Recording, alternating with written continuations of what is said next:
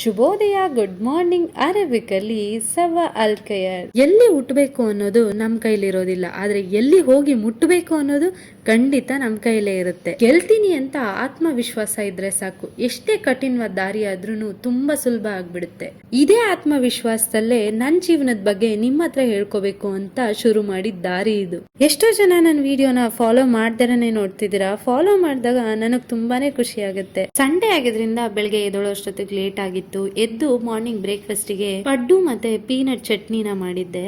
Evening walk ಹೋಗೋಣ ಅಂತ ಈ ತರ ಪಾರ್ಕಿಗೆ ಹೋದ್ವಿ. ಇಲ್ಲೆಲ್ಲ ಪಾರ್ಕ್ ಬಂದು ತುಂಬಾನೇ ಬ್ಯೂಟಿಫುಲ್ ಆಗಿರುತ್ತೆ. ಅದ್ರ ಮುಂದೆನೆ ಪಿಜ್ಜಾ ಹಟ್ ಇತ್ತು.